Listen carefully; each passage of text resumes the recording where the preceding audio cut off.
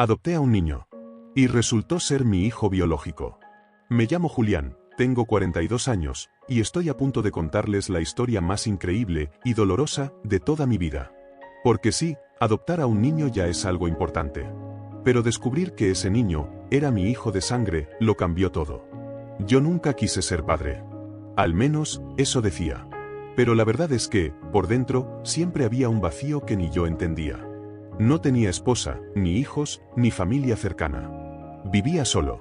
Hasta que un día, luego de una fuerte crisis personal, me planté frente al espejo y me dije, ¿y si en vez de seguir sobreviviendo, empiezo a vivir para alguien más? Fue entonces cuando me acerqué a una fundación de adopciones. Me explicaron todo el proceso, los requisitos, las entrevistas, los exámenes psicológicos. Era un camino largo, pero por primera vez en años sentía que tenía un propósito. Lo más curioso fue que no pasaron ni 2 semanas cuando me llamaron y me dijeron que había un niño al que quizás le interesaría conocerme. Su nombre era Mateo. Tenía 8 años. Cuando entré al salón y lo vi, algo en mí se rompió. O se armó. No sé cómo explicarlo.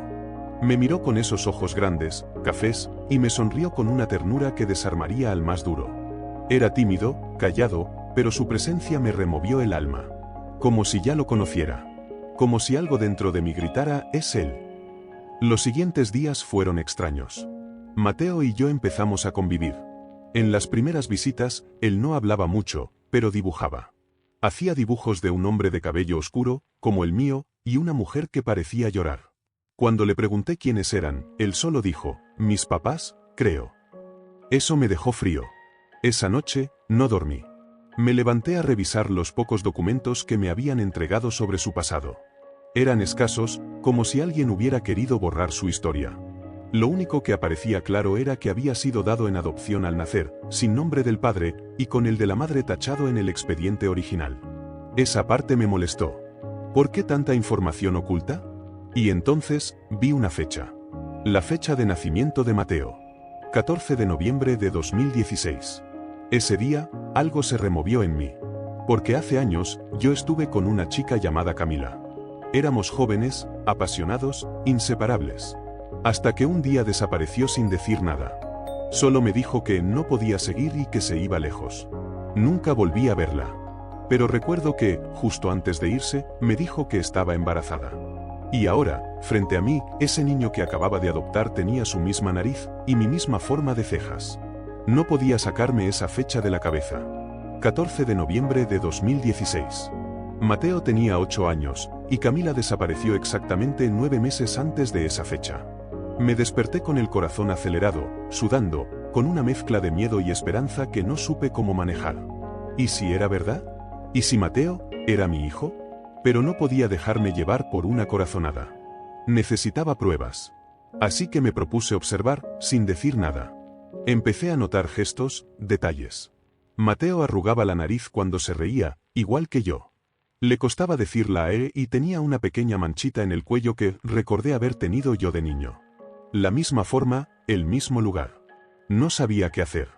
Decírselo a los de la fundación me parecía precipitado. Ellos pensarían que era una fantasía mía. ¿Y si resultaba que no? ¿Y si solo estaba desesperado por llenar el vacío que tenía? ¿Y si solo quería encontrar en ese niño algo que había perdido con Camila? Me pasé las noches leyendo sobre pruebas de ADN, sobre cómo solicitarlas de forma legal si había sospecha de parentesco en una adopción. Pero todo era complicado. Y, lo peor, sentía que estaba traicionando a Mateo. Él no me había pedido esto. Él solo necesitaba un padre. No un hombre obsesionado con su origen. A pesar de todo, no podía alejarme. Cada día que pasaba me unía más a él. En solo 2 semanas, Mateo ya me llamaba papá. Y cuando lo decía, se le escapaba una sonrisita tímida, como si estuviera probando una palabra nueva. Esa palabra me hacía temblar por dentro. Papá. Jamás pensé que alguien me diría eso algún día. Un día, mientras acomodábamos su ropa en el armario, se me cayó una carpeta que traía de la fundación. Mateo la recogió, la abrió y vio unas fotos de Camila que yo había guardado. Lo miré con nervios, pero él solo preguntó: ¿quién es ella? Me quedé mudo unos segundos. No sabía cómo responder. Así que solo dije: alguien muy importante para mí. Mateo observó la foto detenidamente y dijo algo que me heló. Se parece a una señora que vi una vez en el orfanato. Tenía la misma pulsera que esta mujer. Me acerqué como si el mundo se hubiera detenido. Le pedí que me contara más. Dijo que una vez, hace muchos años, cuando él era más pequeño, una mujer fue a verlo. Llevaba una pulsera de tela roja con una piedrita blanca. La misma que Camila siempre usaba. La que yo mismo le regalé en un aniversario. Ahí supe que no era mi imaginación. La única forma de estar seguro era hacer la prueba. Y la hice. No fue fácil conseguir la prueba de ADN sin levantar sospechas, pero encontré una clínica privada, discreta, que ofrecía resultados en pocos días. Les expliqué mi situación, y aunque me miraron con cierta cautela, aceptaron realizar el test si tenía una muestra. Bastaba con un cabello, algo sencillo. Una noche, mientras Mateo dormía profundamente, tomé con extremo cuidado algunos cabellos suyos del cepillo. Me sentí culpable, como si estuviera haciendo algo malo a escondidas. Pero al mismo tiempo, algo en mi corazón me empujaba a seguir. Necesitaba saber. Necesitaba cerrar ese capítulo. O abrirlo por completo. Los días de espera fueron una tortura. No podía concentrarme, ni dormir. Todo me parecía un sueño. Me imaginaba a Camila volviendo a mi vida, aunque fuera solo a través de Mateo. Me preguntaba si ella sabía lo que hacía cuando lo dejó en la puerta de ese orfanato. ¿Estaría viva? ¿Le dolió separarse de su hijo? ¿Pensó en mí al tomar esa decisión? La llamada llegó un jueves, por la mañana. Era la clínica. Señor Ortega, dijo la voz al otro lado, los resultados están listos. ¿Puede acercarse? Me temblaban las piernas. Fui directo. Al llegar, me pasaron a una sala pequeña, con una psicóloga presente. Me pareció raro, pero entendí el porqué cuando leí el informe. 3 palabras destacaban entre todo el texto técnico. Probabilidad de paternidad, 99.9999%. No pude contener las lágrimas. El mundo se me vino encima. Mateo era mi hijo. Mi hijo de verdad. Carne de mi carne. Sangre de mi sangre. Todo en mí quería correr a abrazarlo, decirle quién era, gritarle al mundo que por fin lo había encontrado. Pero también me invadió un miedo profundo. ¿Cómo se lo decía? ¿Cómo le explicaba que su madre lo había abandonado sin contarme nada? ¿Y si me odiaba por haber estado ausente? ¿Y si al saber la verdad, perdía al niño que ya me veía como su padre?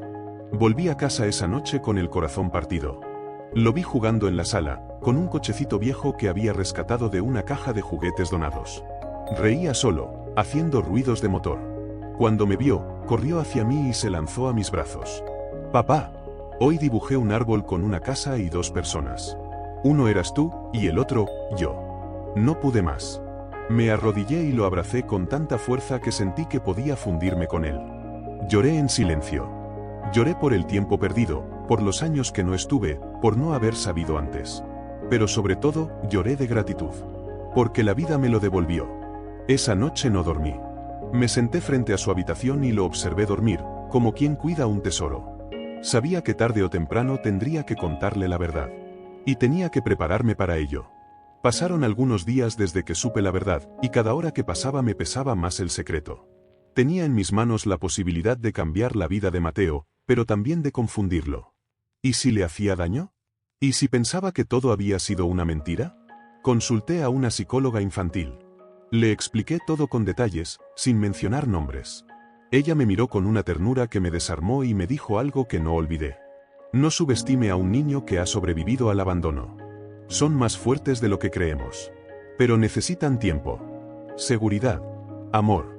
Así que empecé por lo que sí podía ofrecerle, estabilidad. Le armé una rutina. Lo llevé a pasear al parque, lo ayudé con sus tareas, cenábamos siempre juntos. Empezó a dormir mejor, a comer con más apetito, a reír sin miedo. Se estaba soltando. Y yo, me estaba enamorando más de él como padre. Un domingo por la tarde, lo llevé al zoológico. Mientras veíamos a los leones, me tomó de la mano y me dijo: ¿Tú crees que mi mamá real me quiso, aunque me dejara? Esa pregunta me atravesó el pecho. No supe qué decirle. ¿Cómo se le explica a un niño que el abandono no siempre es falta de amor? Yo creo que sí, le dije finalmente, con voz suave. A veces, las personas hacen cosas dolorosas porque creen que no tienen otra opción. Pero eso no significa que no te hayan amado. Mateo asintió, como si entendiera más de lo que aparentaba. Luego, con esa mirada suya tan directa, agregó: Tú me quieres, ¿verdad? Con todo mi corazón, le respondí. Y siempre lo haré. Aquella noche tomé una decisión, contarle la verdad, poco a poco. Empezar por su historia, pero sin abrumarlo. Le mostré una foto de Camila, esa misma que él había reconocido días atrás. Esta mujer fue muy importante para mí. Se llamaba Camila. Fue alguien que quise mucho. Muchísimo. Él la miró en silencio. Luego me miró a mí. ¿Fue mi mamá? Me sorprendió su instinto. No lo negué. Sí, lo fue. Y hay algo más que quiero decirte, pero solo si estás listo. Mateo asintió. Lo abracé. Yo soy tu papá biológico, Mateo. Tú eres mi hijo. De verdad. No dijo nada. Solo me miró largo rato, con los ojos muy abiertos, sin parpadear. Luego se lanzó a mis brazos. Me abrazó fuerte, como si ya lo supiera desde antes. Como si en el fondo siempre lo hubiese sabido. Entonces, nunca me vas a dejar, ¿verdad? Jamás, le dije, llorando. La verdad había salido. Y ahora, debíamos aprender a vivir con ella. Después de revelarle la verdad, Mateo no se alejó de mí. Al contrario, parecía más tranquilo. Como si finalmente, todas las piezas de su pequeño rompecabezas encajaran. Pero eso no significaba que fuera fácil. La primera semana después de la confesión fue una montaña rusa. A veces estaba más cariñoso que nunca, otras veces se encerraba en su cuarto, en silencio. Lo entendía. Tenía que procesar muchas cosas. Yo también. Le di espacio, pero nunca dejé de recordarle que lo amaba.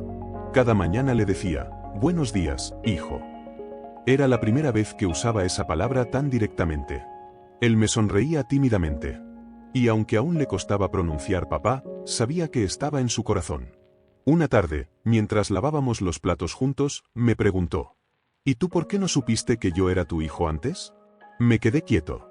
No era fácil explicar lo que había pasado con Camila. Porque tu mamá nunca me lo dijo.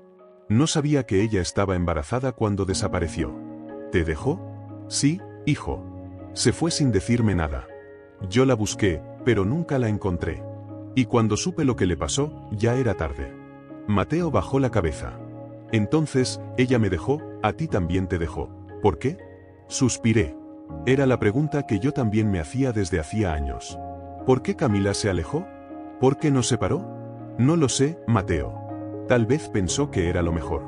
Pero yo sí sé una cosa, si hubiera sabido de ti, habría hecho todo lo posible por tenerte conmigo desde el principio. Mateo me abrazó por la cintura, en silencio. Sentí como su pequeño cuerpo temblaba. Lloraba. Y yo lloré con él. Desde ese día, algo cambió entre nosotros. Mateo empezó a llamarme papá sin que se lo pidiera.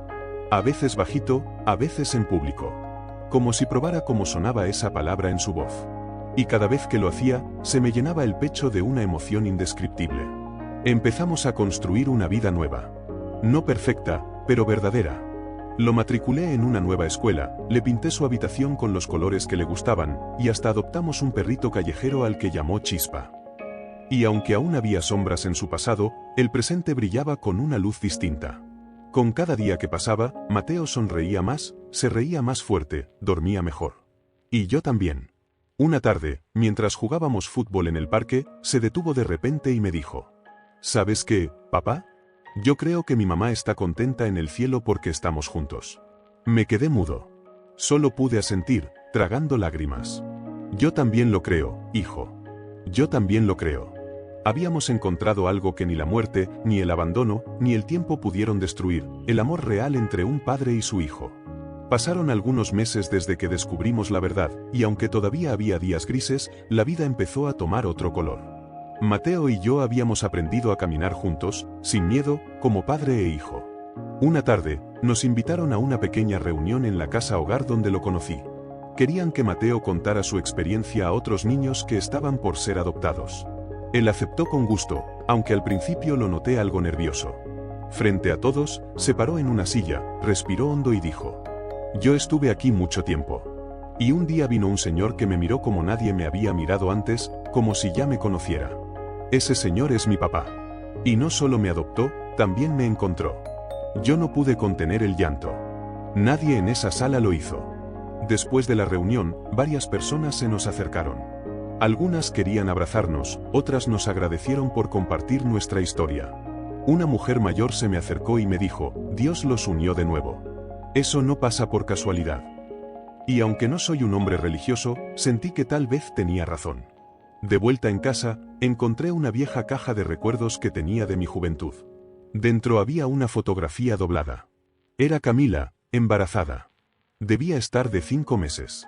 Al reverso, con su letra suave, había escrito, te amo, aunque no lo entiendas ahora. Me rompí. Lloré como no lo hacía desde que ella murió. No entendía sus razones, pero tampoco quería seguir viviendo atrapado en el pasado. Porque lo verdaderamente importante estaba ahí, dormido en su cama, con su pijama de dinosaurios, roncando bajito. Mateo. Mi hijo. El regalo más inesperado que la vida me dio. Decidí guardar esa foto en su caja de recuerdos. El día que sea suficientemente mayor, se la mostraré.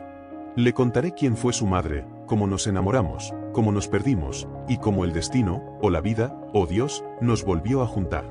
Hoy Mateo tiene 10 años.